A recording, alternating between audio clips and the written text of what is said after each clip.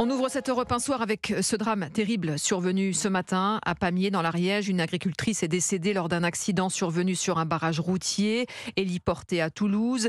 Sa fille de 14 ans est dans un état très critique, le père en soins intensifs. William Molinier, on apprend ce soir que les occupants de cette voiture, qui a donc fauché cette famille, étaient sous le coup d'une occupation de quitter le territoire. Oui, une obligation de quitter le territoire français. Ces trois individus, un homme de 44 ans et deux femmes, tous de nationalité arménienne, devaient donc quitter le territoire. Selon les informations d'Europe 1, leur demande d'asile avait été déposée en 2022, puis déboutée l'année dernière après plusieurs recours.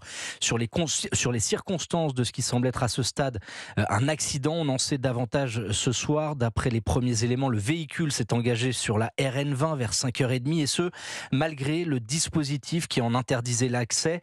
On est en pleine nuit, sans éclairage public, et leur véhicule percute de plein fouet un mur de bottes de paille. Juste derrière, il y a un grand barnum où des manifestants sont en train de se restaurer. Le véhicule fauche 3 personnes avant de finir sa course dans un tracteur.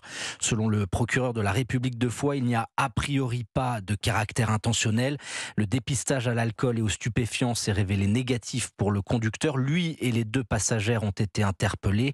Les gardes à vue sont toujours en cours ce soir. Les précisions de William Molinier du service police-justice pour Europe